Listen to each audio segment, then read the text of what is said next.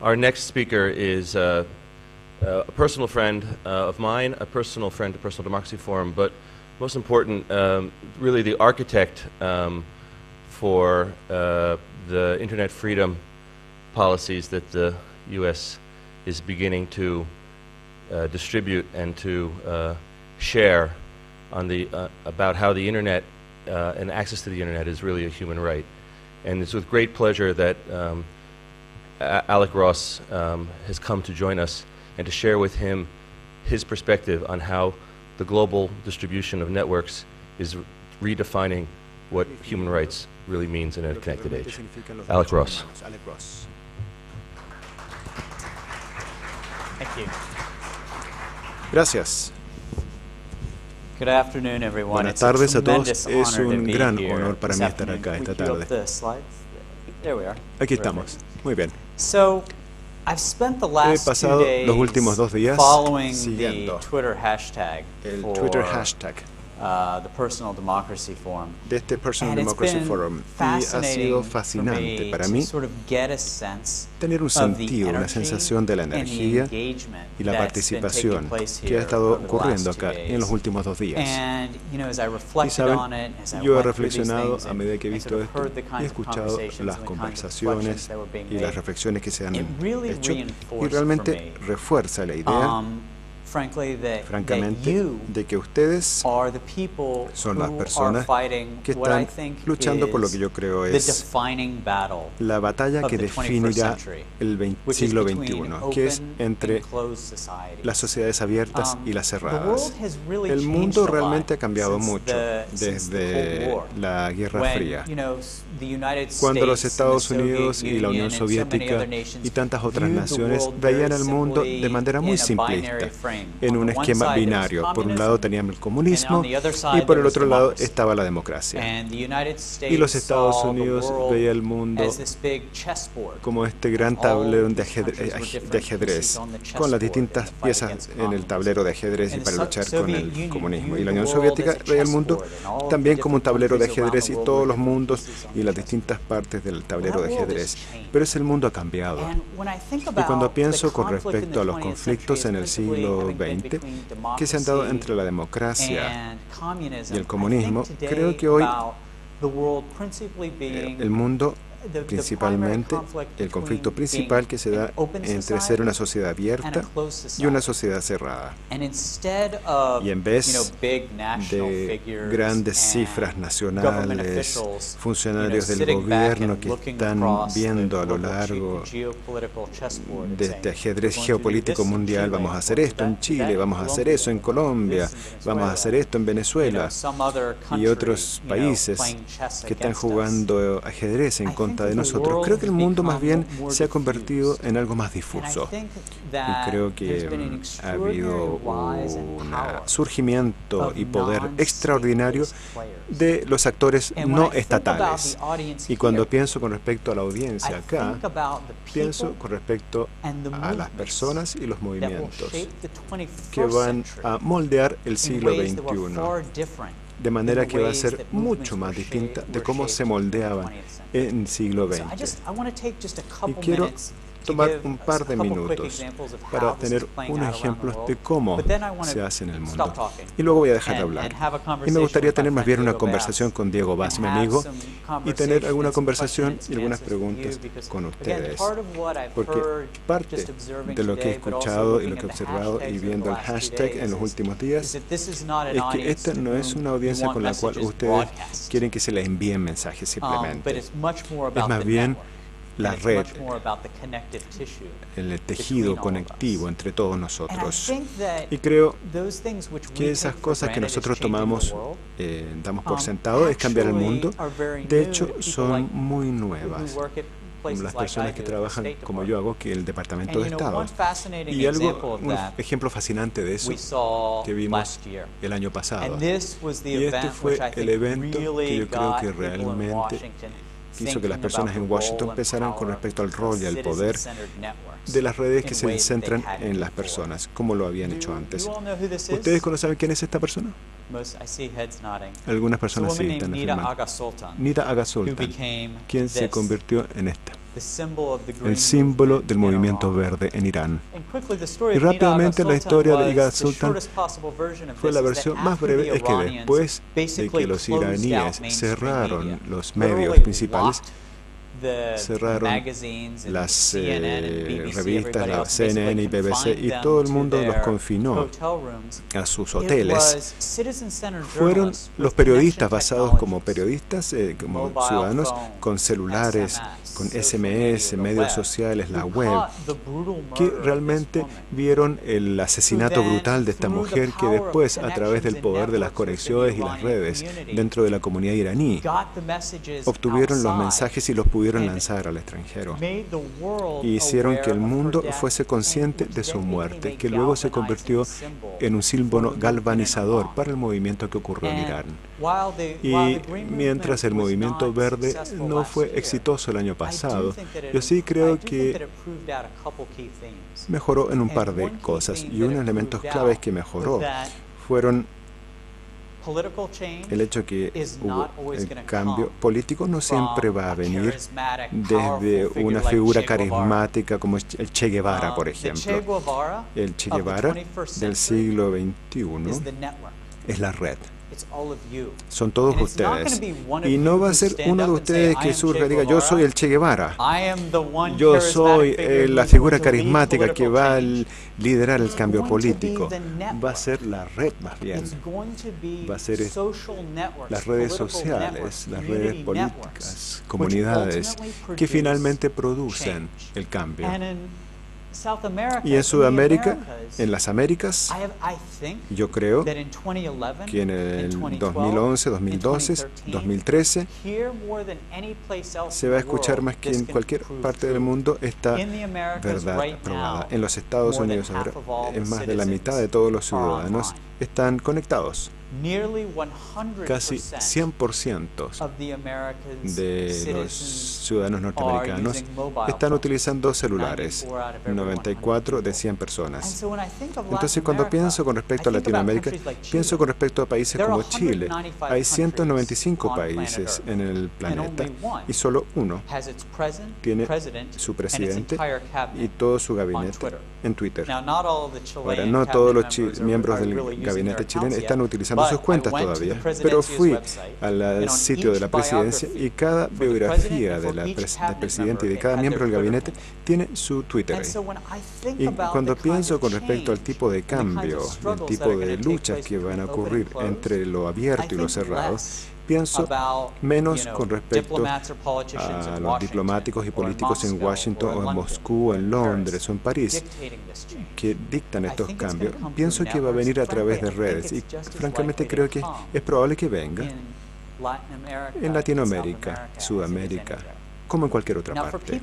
Ahora, para personas que creen que este tipo de cambios no pueden ocurrir con excepción de los epicentros del activismo digital, yo les daría un ejemplo que creo que prueba eso. Y es una de las sociedades más cerradas del planeta, en Siria. Siria está en 143 de 197 lugares, 193 de 197, que tienen la libertad de prensa. Y estuve en Siria en mayo de este año, y parte de la tesis de ir a Siria fue que si nosotros ayudamos a hacer la tecnología de la comunicación a los ciudadanos, ellos lo pueden utilizar en su propio interés. Y hubo mucha crítica de esto, estaban diciendo, no, Siria es una sociedad cerrada, la gente ni siquiera va a saber cómo utilizar estas herramientas. Y una cosa ocurrió un mes después que muchas personas notaron, pero que yo diría prueba que los medios sociales pueden tener un impacto espectacular en cualquier parte. Y son imágenes que ustedes ven ahí de videos tomadas por un celular en una sala de clases, a medida que los profesores le estaban pegando a los jóvenes alumnos en la sala de clases. Y estos videos fueron posteados en Facebook, y Facebook teóricamente está prohibido en Siria, pero como los ciudadanos son muy expertos de cómo utilizar proxies y otras tecnologías, todo el mundo tiene su Facebook en Siria. Y miles y miles de personas se unieron a una campaña para expresar su disgusto y exigir el cambio por el gobierno bastista de Siria debido a esto. Y el gobierno tuvo que saber qué es lo que hacemos. Hacemos lo que normalmente hubiésemos hecho, que es de alguna manera arrestar a esta persona que estaban detrás de la campaña o simplemente accedemos a la demanda de este movimiento. En 40 años, desde 1970, desde la familia Al-Assad, de los batistas que han estado en el poder, no ha habido ni un movimiento de derechos civiles exitosos en Siria. Y uno habría adivinado que los sirios simplemente habrían arrestado a los líderes del movimiento. Pero adivinen qué. No había ningún Che Guevara detrás de este movimiento. Simplemente, más bien, era la red. Así que literalmente en Siria, ellos no pudieron arrestar a 3, 4, 5 mil personas.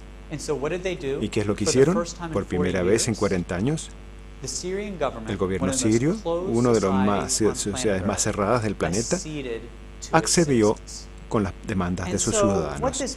Y lo que esto significa, y voy a terminar diciendo antes de tener una conversación con Diego, es que si este tipo de cosas pueden ocurrir en Siria, pueden ocurrir en cualquier parte.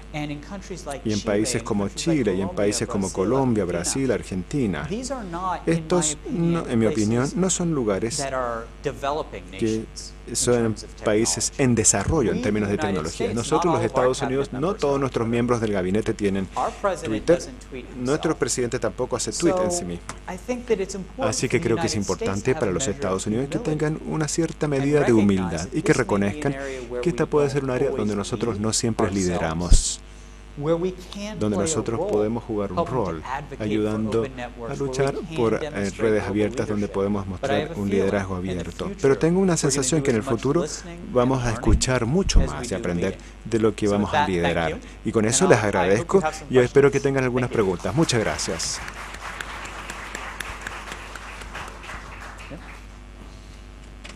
Muchas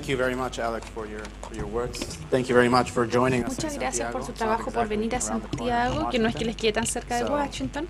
Así que me gustaría comenzar preguntarte que tú has estado pensando respecto a este paradigma entre las sociedades abiertas y cerradas. Las sociedades abiertas, como por ejemplo Estados Unidos, algunos lugares en Europa, y las cerradas, como los ejemplos de China, por ejemplo. ¿Qué ocurre algo en el medio? Algo que no sea ni cerrado ni abierto, quizás semiabierto o semicerrado. Estamos hablando de los sistemas políticos, o sea, donde yo creo que hay lugares en América Latina y en muchos otros países y sentidos que pudiesen no estar en ninguno de los dos extremos, sino que más bien en el centro. Primero que nada, quiero decir que no creo que el mundo sea blanco y negro.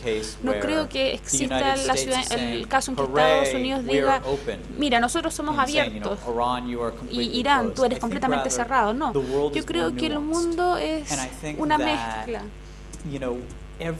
Tiene matices y cada país está en alguna parte de este gran espectro entre lo abierto y lo cerrado. Estados Unidos, propiamente tal, tiene que luchar con una tensión implícita entre la ciberseguridad y las redes abiertas. Por lo tanto, este no es un caso en el que yo crea que Estados Unidos esté en un pedestal diciendo nosotros somos el ejemplo que debe seguir el resto del mundo, sino que creo que es un ejemplo de, más que nada, este es el tipo de desafíos que enfrentamos y estamos tratando de resolverlos en la medida de que vemos cómo podemos enfrentar temas como la seguridad o la economía y tratar de reconciliar esto con las redes abiertas. Yo creo que esto también ocurre en América del Sur.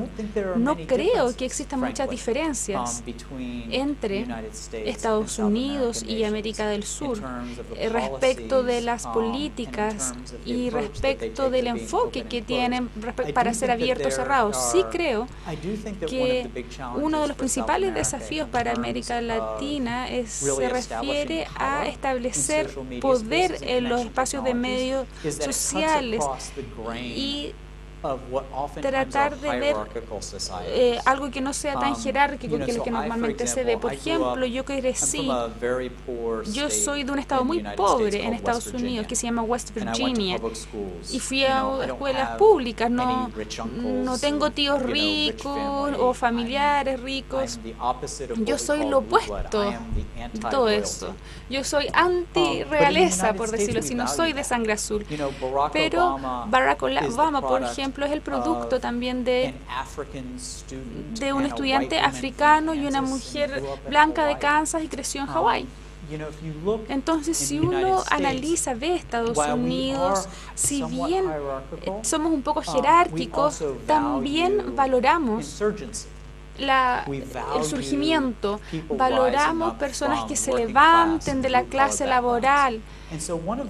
Por lo tanto, esto es una observación que han hecho mis pares en América Latina, y es que una de las cosas que podría retrasar esta región es el sentido en que existen estas normas tan jerárquicas y cómo se traducen cómo se reflejan en los espacios públicos, en las redes. Sí, eso puede ser verdad. Yo diría que las culturas políticas, el aspecto político también es distinto entre distintos países de América del Sur y Estados Unidos. ¿Nos puedes dar algunos ejemplos respecto de cómo el Departamento de Estado interactúa con las tecnologías y muchas de las aplicaciones de las que hemos estado hablando? Y ¿cómo cómo las prácticas, cómo ven eso? Yo creo que el rol del Departamento de Estado en realidad tiene dos partes. Por un lado, es sobre el acceso a las redes. Por lo tanto, creo que necesitamos hacer lo más posible para romper la brecha digital. Y uno de los genios detrás del Personal Democracy Forum pasó mucho de su vida ayudando a incluir la tecnología en las escuelas públicas de Nueva York. Yo pasé los últimos 10 años de mi vida ayudando a llevar la banda ancha y los computadores a comunidades pobres en Estados Unidos. Por lo tanto, el primer paso que puede tomar el Departamento de Estado es seguir enfocándose en el trabajo de estrechar la brecha digital. Yo creo que es algo que se necesita hacer en forma continua. Eso es una cosa. Una segunda cosa es generar políticas que ayuden a la apertura. Hillary Clinton ha generado un cambio respecto de las políticas de lo que ella le llama libertad de la Internet. Y lo que ella dice es que las cosas que nosotros consideramos ser valores, como la libertad de expresión, por ejemplo, la libertad de reunión, la libertad de prensa, en el año 2010 uno tiene que tener todas esas libertades en la Internet, o si no, uno no puede ejercer esas libertades. Entonces, lo segundo que podemos hacer es tener una voz fuerte a nivel global para asegurarnos de que las personas se puedan expresar libremente, de manera tal que se puedan organizar libremente y que la prensa pueda acceder a estas redes sin miedo a la censura. Ahora, ¿cómo podemos hacer sentir que eso simplemente están apoyando algo que ustedes creen y que no es algo que una política del Departamento de Estado? Yo creo que Estados Unidos desde su principio se ha concentrado en estos temas. Entonces, Thomas Jefferson incluso dijo que la única base legítima del gobierno es el poder de su gente, la voluntad de su gente, y evitar que ellos no puedan expresarse es lo principal. Yo creo que esta es una continuación de 250 años o más de historia. Lo que sí creo que es importante es que este grupo de políticas, que estas prioridades no se traten tanto de Norteamérica. No hay razón por la cual países en África, por ejemplo, o en Asia, o en América del Sur, puedan participar en esto.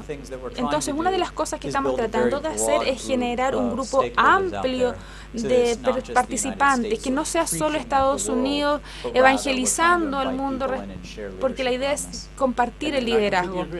Sí, yo estoy de acuerdo, todo ese Este registro histórico apoya todo eso, pero todas estas tecnologías están impactando en forma directa, en forma inmediata. Entonces, lo que hablamos del siglo XXI, ¿cómo ustedes piensan, cómo se ve esto en América Latina, aplicado al contexto latinoamericano? Voy a dar un ejemplo. Mañana, aquí en el edificio de Telefónica, vamos a tener lo que le llamamos un Tech Camp, un campamento de tecnólogos, discutiendo temas de la sociedad civil. Ahora, el Departamento de Estado tiene un largo historial trabajando con la sociedad civil. A principios de los 40, de los 50, ayudábamos a iniciar organizaciones, incluso las financiábamos para poder generar o promover la democracia. Después, durante la administración de Bush, hubo un gran enfoque en estos temas también. Y Hillary Clinton quiso llevar esto en una dirección mucho más distinta, y si bien seguíamos trabajando en la promoción de la democracia y nos seguíamos concentrando en contra la radicalización, la sociedad civil, las organizaciones de la sociedad civil trabajan en soporte, ayuda en seguridad de alimentos, en temas de medio ambiente. El Departamento de Estado debe apoyar todas estas iniciativas, todas estas organizaciones, y hay que capacitarlos en cómo usar la tecnología. Entonces, mañana aquí en Santiago vamos a reunirnos varias personas, varias organizaciones de la sociedad civil, y el propósito es reunir a ingenieros, tecnólogos sudamericanos y enseñarles a las organizaciones sin fines de lucro cómo utilizar la tecnología. Yo soy bastante nuevo en el gobierno. Solamente he estado en el gobierno un año y medio, y los 15 años antes de eso trabajé en una organización sin fines de lucro. Y cuando trabajaba en ese sector, una de las cosas que vi era que muchas veces había una falta de sofisticación respecto de cómo utilizar estas herramientas. Por lo tanto, ahora que trabajo en el Departamento de Estado, veo que si nosotros podemos reforzar la sociedad civil y las ONG que utilizan la tecnología, ya es una política en sí. Ese es un ejemplo. Antes de abrir las preguntas, vamos a tener menos de 10 minutos para tomar preguntas. Quería preguntarte otro ejemplo de algo que está trabajando con las autoridades mexicanas que combaten el crimen organizado. Dame una sensación de qué es lo que se está haciendo. Sí, la situación en el norte de México, donde hay carteles de la droga que están gatillando la violencia, está totalmente fuera de control. Es un desastre. Va a haber más de 2.500 asesinatos el año pasado en Ciudad Juárez. Solo, en una sola ciudad, más de 2.500 asesinatos. Y una de las cosas que Hillary Clinton ha articulado de manera muy clara es que los Estados Unidos tiene una medida de responsabilidad en esto, porque una gran razón por esta violencia en el norte de México es su unión al tráfico de drogas. Y adivinen, ¿dónde se consume esa droga? En los Estados Unidos. ¿De dónde viene ese dinero que está activando esa violencia de los carteles? Viene desde Estados Unidos. ¿Dónde las provienen estas armas que están siendo utilizadas en el conflicto? Desde los Estados Unidos. Así que nosotros estamos tratando de tener una medida de responsabilidad en esto. De tal forma que una de las cosas que estamos haciendo, estamos trabajando muy cercanamente con el gobierno mexicano y con la sociedad civil y organización mexicana para ver cómo podemos revertir la unión de esta violencia. Y uno de los proyectos que estamos trabajando es trabajar profundamente para establecer un sistema donde a través de la web y los teléfonos móviles la gente pueda reportar un crimen e informar actividad de los carteles, pero hacerlo de tal manera que se proteja la identidad de la persona que lo hace, de tal forma que puedan estar seguros de esta retribución. Y lo que es importante es la seguridad. Podríamos hacerlo en 30 días, pero yo no creo que pudiéramos hacerlo en 30 días en una manera que nosotros sintiésemos que los ciudadanos en Ciudad Juárez tengan seguridad. Así que nos estamos enfocando ahora en tratar de hacer que este sistema sea seguro. Este es un ejemplo donde los Estados Unidos tiene la parte tecnológica y para poder llevarlo a la Ciudad Juárez para empoderar a los ciudadanos de tal forma que puedan informar delitos sin que los maten. Bueno, tenemos un ejemplo importante. Tenemos tiempo para tomar 2 o 3 preguntas. Por favor, levanten sus manos. A la derecha, a mi derecha. Por que sea breve. Una pregunta, One question, Rafael from Ecuador. How you conciliate this speech of openness of la posición del gobierno de los Estados Unidos en contra de WikiLeaks? Yeah, so that's a good question. So it's a very good question. Es una muy buena pregunta. Este es un punto importante, que estas tecnologías, ustedes saben, ustedes no pueden ser utópicos con respecto a esto. Usted no simplemente poner un problema en Internet y que todo el mundo va a ser feliz después de este uso de la Internet. Se puede utilizar tanto para el bien, así como también para el mal. Y los Estados Unidos tenemos una política muy clara donde nosotros creemos que se cometió un delito con WikiLeaks. Hubo miles de elementos clasificados que fueron entregados a la opinión pública, las mismas herramientas que pueden empoderar a los ciudadanos en un ambiente abierto, también se pueden abusar. Hillary Clinton articuló esto muy bien cuando dio su discurso con respecto a la libertad de Internet en enero, cuando ya dijo, es como el poder nuclear. El poder nuclear puede ser útil, la energía nuclear puede ser utilizado para darle energía a una ciudad o para destruirla. El acero se puede utilizar para un hospital o un machete. La tecnología en sí no solamente es bueno o malo, pero puede tomar los valores de las personas que lo utilizan. Así que el caso con WikiLeaks, todo este poder de procesar y compartir miles de papeles, documentos, con alguien que tenía una intención distinta, trabajó en contra de los intereses de nuestro gobierno.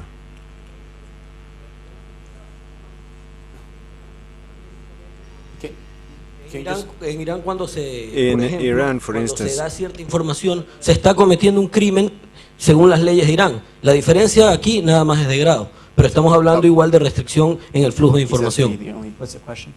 That the only difference is the matter of degree. In Iran, they also committed a crime, but it's just a different matter of perspective matter. Thank you very much for the comment, and we're going to go to the next question. I understand Spanish if you speak slowly. Entiendo español si habla más lentamente. A la izquierda. El micrófono. A ver, muchas gracias, Alex. Thank you, Alex, for the explanation. I am concerned for metafórico de la frase que has dicho de que Internet es el Che Guevara del siglo XXI. Me preocupa porque soy cubano y la verdad es que yo espero que Internet sea mucho más que el Che Guevara del siglo XXI. He hopes that the Internet is much more than the Che Guevara of the 21st century. What's that? He hopes that the Che Guevara is much more than the Internet of the 21st century. That the No, Internet is I hope that Internet... On the other way around. That the Internet is much more than the Che Guevara. Me too. Sí, porque Che Guevara no fue precisamente un demócrata. Y yo creo que una de las cosas que realmente ha ayudado a crear o ampliar... El Che Guevara no fue un demócrata. No lo fue. Sí, te puede gustar o no, pero decir que el Che Guevara, Internet es el Che Guevara del siglo XXI, es priorizar el utopismo que estás criticando. He doesn't like the fact that you use the Che Guevara to symbolize he's not a Democrat and...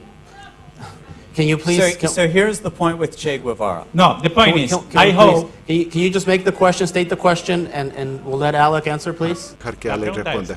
Si usamos esa metáfora, ¿cómo luego podemos acusar a la tecnología de utopismo? Es decir, a un proyecto como Wikileaks de ser demasiado utópico. How can you use the metaphor and then accuse WikiLeaks of being too utopian? Después de decir que Internet va a ser el Che Guevara del siglo XXI. After saying that the Che Guevara will be the Internet of the 21st century, the Internet being the Che Guevara of the 21st century. So here's what I'm saying. Lo que digo es lo siguiente, es que si uno presta atención a las palabras que utilicé, es que no requiere a una persona carismática, una sola persona, que es un símbolo, una persona carismática, que va a decir, yo soy el líder y ustedes simplemente son mis seguidores. Ese no es el modelo del siglo XXI. El modelo del siglo XXI es la comunidad, que trabajan en conjunto. y producen un cambio. Así que nosotros tenemos una historia, y los Estados Unidos, así como también en Latinoamérica, de tomar ciertos hombres, y siempre son hombres, que toman ciertos hombres y decir, oh, saben, ustedes van a hacer el cambio para todos nosotros. Ustedes son las figuras carismáticas que vamos a seguir. Esta es mi predicción, y quizás me equivoque. Mi predicción es que en el siglo XXI va a ser la red y la comunidad de personas las que van a producir un cambio. Por ejemplo, en Siria, con el primer movimiento de derechos humanos exitoso en 40 años, nadie sabe qué está detrás de este movimiento. Nadie tiene un nombre. Fue simplemente una comunidad. Ese es mi punto. Es que si el siglo XX se caracterizaba más por hombres carismáticos que producían un cambio, pero en el siglo XXI yo predigo que van a ser las comunidades, van a producir el cambio. Esa es mi predicción.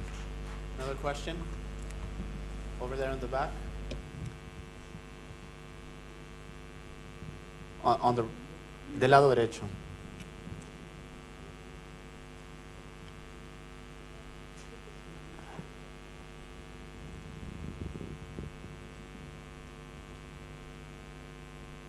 There have been a lot of communities and digital activists in Colombia and Mexico. Hay muchas comunidades en México que están tratando de utilizar activismo digital para hacer que el Departamento de Estado sea más, rinda más cuenta con violación de los derechos humanos en el Estado.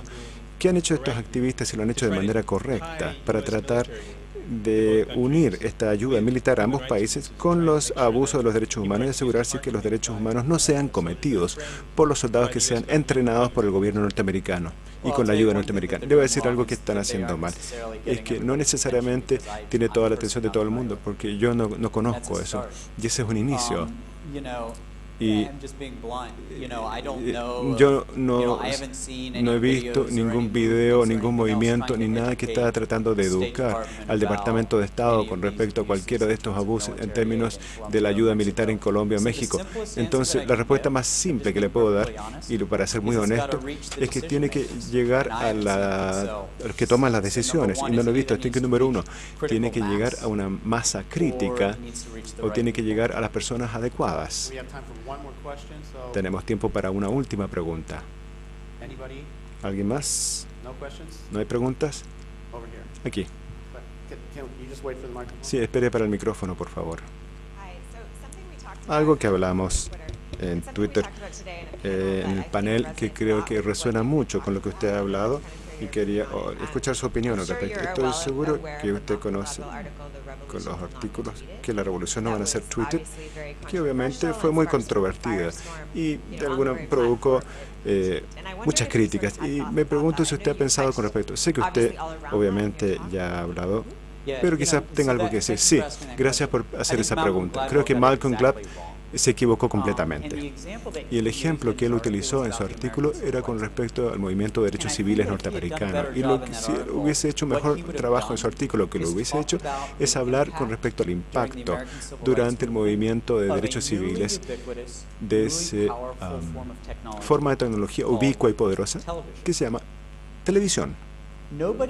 Nadie diría que la televisión causó el movimiento de derechos civiles, pero si uno lo piensa, en 1960, parte de por qué John F. Kennedy le ganó a Richard Nixon y fue capaz de traer una serie de apoyo y que desarrolló un movimiento de reformas, debido a que se hizo en televisión, porque la televisión, la imagen de los jóvenes africanos que eran golpeados en Alabama, y esto se convirtió en un escándalo nacional.